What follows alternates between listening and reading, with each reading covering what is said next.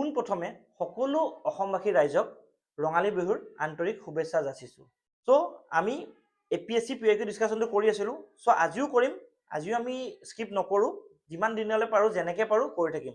So' hello' everyone, welcome back to Ankuran Asia's academy. মোৰ নাম সিদ্ধাৰ্থ শংকৰ বৰা আৰু মই APSC PIQ এটা চিৰিজ ষ্টাৰ্ট কৰিছিলোঁ। চ' আশা কৰোঁ সকলো ভালে আছে। চ' পলম নকৰোঁ, বেছি কথা নাপাতো, যিহেতু আজি বিহুৰ দিন। আমি পটককৈ কুৱেশ্যনটো কৰোঁ, পটককৈ কুৱেশ্যনটো কৰি পটককৈ যাতে আপোনালোকে কনচেপ্টটো ক্লিয়াৰ কৰিব পাৰে। চ' আহক কুৱেশ্যনটো পঢ়োঁ। কুৱেশ্যনটো আছিল APSC কোনোবা এটা ডিপাৰ্টমেণ্টেল এক্সামৰ হয়। চ' কুৱেশ্যনটো হয়, which committee's recommendation are being followed by the government of India for estimating poverty line in the country? ঠিক আছে, poverty line estimate কৰিবলৈ কোনখন কমিটিৰ ৰেকমেণ্ডেশ্যন মানে আমাৰ চৰকাৰে মানে সেইটো সুধিছে, নহয় জানো? গভৰ্ণমেণ্ট অফ ইণ্ডিয়াই মানে। Option A Dutt committee, option B Chelliah committee, option C Chakravarty committee, option D Lakdawala committee. So' এই কুৱেশ্যনটো আমি পঢ়িম, এনচাৰটো কৰিম, তাৰ আগতে অকণমান আমি হেৰিবোৰ ডিছকাছ কৰোঁ আহক। কোনখন কমিটি কি কাম আছিলে। প্ৰথম আমি পভাৰ্টি লাইননো কাক কয় সেইটো চাই লওঁ, ঠিক আছে? চ' হোৱাট ইজ পভাৰ্টি আমি জানিবতো লাগিব ন, what is poverty line. So' poverty line মানে কি? হোৱাট ইজ পভাৰ্টি লাইন মনত ৰাখিব। পভাৰ্টি লাইনটোনো কি? আমাক যিহেতু পভাৰ্টি লাইন এষ্টিমেশ্যনৰ কাৰণে জানো কমিটিবোৰ ফৰ্ম কৰা নাছিলে। চ' লাইন মানে পভাৰ্টি লাইন মানে কি? Minimum level of income consumption needed to meet basic needs. এটা বেসিক নিডস মানে কি? আমাৰ আমি যে কওঁ ৰুটি, কপৰা আৰু মকান, এইকেইটাই হ'ল বেসিক নিডস, ঠিক আছে? ফুড, ক্লথিং, শেল্টাৰ, লগতে আৰু দুটামান আছে হেল্থ আৰু এডুকেশ্যন। আগতে ৰুটি, কপৰা, মেকান আছিলে, কিন্তু আজিকালি এই দুটাও বেসিক নিডসতে পৰে, ঠিক আছে? চ' পভাৰ্টি লাইন মানে কি? আপোনাক মিনিমাম লেভেল অফ ইনকাম কিমান লাগিব বা কিমান কনজাম্পশ্যন লাগিব to meet the basic needs. আৰু বেসিক নিডস কি কি? ৰুটি, কপৰা, মকান, হেল্থ, এডুকেশ্যন, এই পাঁচটা হ'ল বেসিক নিডস। চ' এই পাঁচটা আপুনি ফুলফিল কৰিবৰ কাৰণে, পাবৰ কাৰণে, এই পাঁচটা বস্তু পাবৰ কাৰণে আপোনাক মিনিমাম কিমান লাগিব, ইনকাম কিমান লাগিব, কনজাম্পশ্যন কিমান লাগিব, এইটোৱে হ'ল পভাৰ্টি লাইন। বুজি পালে পভাৰ্টি লাইন কাক কয়? চ' পভাৰ্টি লাইনটো আমি বুজি পালো, নহয় জানো? চাওক এতিয়া এই প্ৰশ্নটোৰ এনচাৰটো জনাৰ আগত আমি প্ৰথম কমিটি কেইখন এবাৰ ডিছকাছ কৰিলোঁ। প্ৰথম কি আছে? প্ৰথমখন হ'ল ডাট কমিটি, ঠিক আছে? ডাট কমিটি। ডাট কমিটিয়ে কি কৰিছিল? ইণ্ডাষ্ট্ৰিয়েল লাইচেঞ্চিঙৰ কথা কৈছিলে। ইণ্ডাষ্ট্ৰিয়েল লাইচেঞ্চিং, বুজি পাইছে? আগতে ইণ্ডিয়াত লাইচেঞ্চ ৰাজ বুলি এটা বস্তু আছিলে, লাইচেঞ্চ ৰাজ। সেইটো এবলিছ কৰি পেলাই ইণ্ডাষ্ট্ৰিয়েল লাইচেঞ্চিঙৰ কথা কোনে কৈছিলে? ডাট কমিশনে, ঠিক আছে? লাইচেঞ্চ ৰাজত কি হৈছিলে? ডাঙৰ ডাঙৰ ইণ্ডাষ্ট্ৰিয়েল হাউচবোৰক মানে ইজিলি লাইচেঞ্চবোৰ দিয়া আছিলে, বুজি পাইছিলে? দিয়া হৈছিলে। চ' ডাট কমিশনে কি কৰিলে?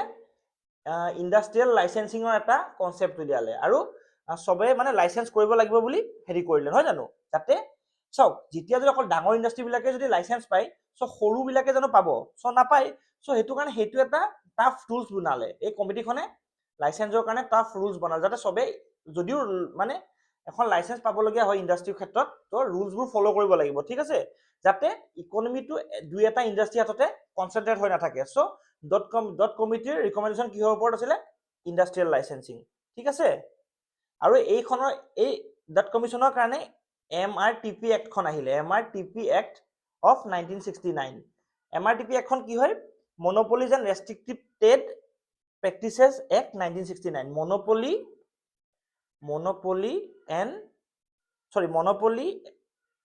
And restrictive trade practices act 1969 মনত থাকিব। চ' ডট কমিটিৰ কথা যদি কেতিয়াবা সোধে আপুনি মনত ৰাখিব, ডট কমিটিৰ কিহৰ ৰেকমেণ্ডেশ্যন আছিল? ইণ্ডাষ্ট্ৰিয়েল লাইচেঞ্চিং, ঠিক আছে? বুজি পালে? নেক্সট আহিলে আমাৰ চেলিহা কমিটি। নাম্বাৰ 2টো কি আমি পঢ়িম?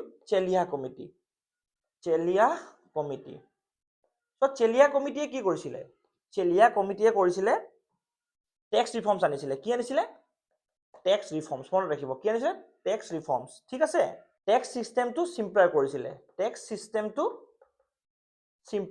মনত থাকিব, টেক্স চিষ্টেমটো কি? চিম্পলাৰ কৰিছিলে। বুজি পালে? ইয়াৰ পৰাই ভেট আহিলে আৰু আল্টিমেটলি এতিয়া GST আহিলে। মনত থাকিবনে? চ' এইখন কমিটিৰ কাৰণে ভেটটো আহিছিলে, ভেলু এডেড টেক্স, ঠিক আছে? মানে কি? এইখন কমিটিৰ থ্ৰু দিয়ে মানে আমাৰ ইণ্ডিয়াটো ভেলু এডেড টেক্সলৈ ট্ৰান্সফৰ্ম হৈছিলে, ঠিক আছে? নেক্সট আহিলে আমাৰ ডেট কেইটা কৈ দিওঁ। এখন আছিলে 1991 দেই, আৰু আপোনাৰ চেলিয়া কমিটি আমাৰ ডাট কমিটি 1969 এইটো ক'লোৱে বাৰু মই এইটো পাহৰিলোঁ চেলিয়া কমিটি 1991 নেক্সট আহিলে আমাৰ ডাট কমিটি পঢ়িলো ন আমি নেক্সট আহিব আমাৰ চক্ৰৱৰ্তী কমিটি চক্ৰৱৰ্তী কমিটি এখন কেতিয়া আহিছিলে এখন আহিছিলে 1985ত এইটো আছিলে আমাৰ মনিটাৰী চিষ্টেমৰ কাৰণে এখন কমিটি আহিছিল কিহৰ কাৰণে মনিটাৰী চিষ্টেমৰ কাৰণে এখন কমিটি আনিছিলে ঠিক আছে কোনে আনিছিলে প্ৰফেসৰ সুখাময় চক্ৰৱৰ্তী ঠিক আছে নে ঠিক আছে এইখনৰ মেইন ফকাস আছিলে review the functioning of Indian monetary system ঠিক আছে ইণ্ডিয়ান মনিটাৰী সিস্টেম সো এখনৰ সিস্টেম কি আছিল মনিটাৰী সিস্টেম সো এখনৰ কাম কি আছিল functioning of review the functioning of Indian monetary system ঠিক আছে বুজি পালে লাষ্টখন আছিল আমাৰ লাকৰাৱালা কমিটি কি হয় সো ফৰ্থখন কি হয় লাকৰাৱালা কমিটি সো আমাৰ বাকি তিনিখন কমিটি এখন আছে ইন্ডাষ্ট্ৰিয়েল লাইসেন্সিংৰ কাৰণে আছিলে এখন আছিলে আমাৰ মনিটাৰী সিস্টেমৰ ৰিভিউৰ কাৰণে আছিলে আৰু এখন কিহৰ কাৰণে আছিলে ডাট কমিটিখন আমি ক'লো ইন্ডাষ্ট্ৰিয়েল লাইসেন্সিং আৰু এখন আছিলে আমাৰ টেক্স ৰিফৰ্মৰ কাৰণে সো এখনো পভাৰ্টি লাইনৰ কাৰণে নহয় সো অবিয়াসলি লাকৰাৱালা কমিটিখনে পভাৰ্টি লাইনৰ কাৰণে হ'ব নহয় জানো এখনে পভাৰ্টি লাইনৰ কাৰণে হ'ব ঠিক আছে সো এখন কাণ্ডাৰত আহিছিলে ডিটি লাকৰাৱালা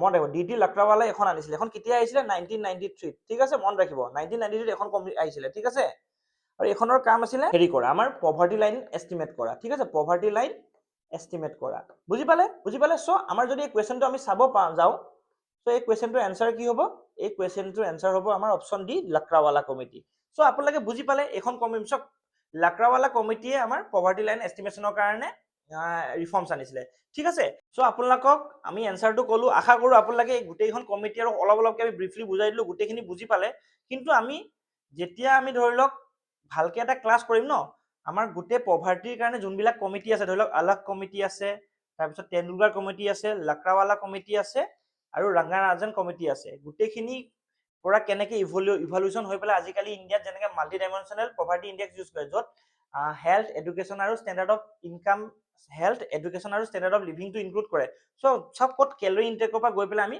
আজিৰ দিনত হেল্থ এডুকেশ্যন আৰু লিভিং ষ্টেণ্ডাৰ্ডলৈ শিফ্ট মাৰিলো গোটেইখিনি বস্তু আমি এটা ক্লাছত ভালকে ডেফটত পঢ়িম সো আজি ভিডিঅ'টো লম্বা নকৰো ইমানতে সামৰিছো আশা কৰো আপোনালোকে এই টপিকটো বুজি পালে টপিকটো আজি মেইন ফকাস আছিলে চাৰিখন বেলেগ কমিটিৰ ডিসকাস কৰাৰ লগতে অকমান পভাৰ্টি লাইনৰ কথা দুই এটা কোৱা আশা কৰো আপোনালোকে বুজি পালে আশা কৰো ভিডিঅ'টো ভাল পাইছে সো ভিডিঅ'টো ইমানতে সামৰিছো যদি ভাল পাইছে লাইক কৰিব শ্বেয়াৰ কৰিব আৰু সাবস্ক্ৰাইব কৰিব ধন্যবাদ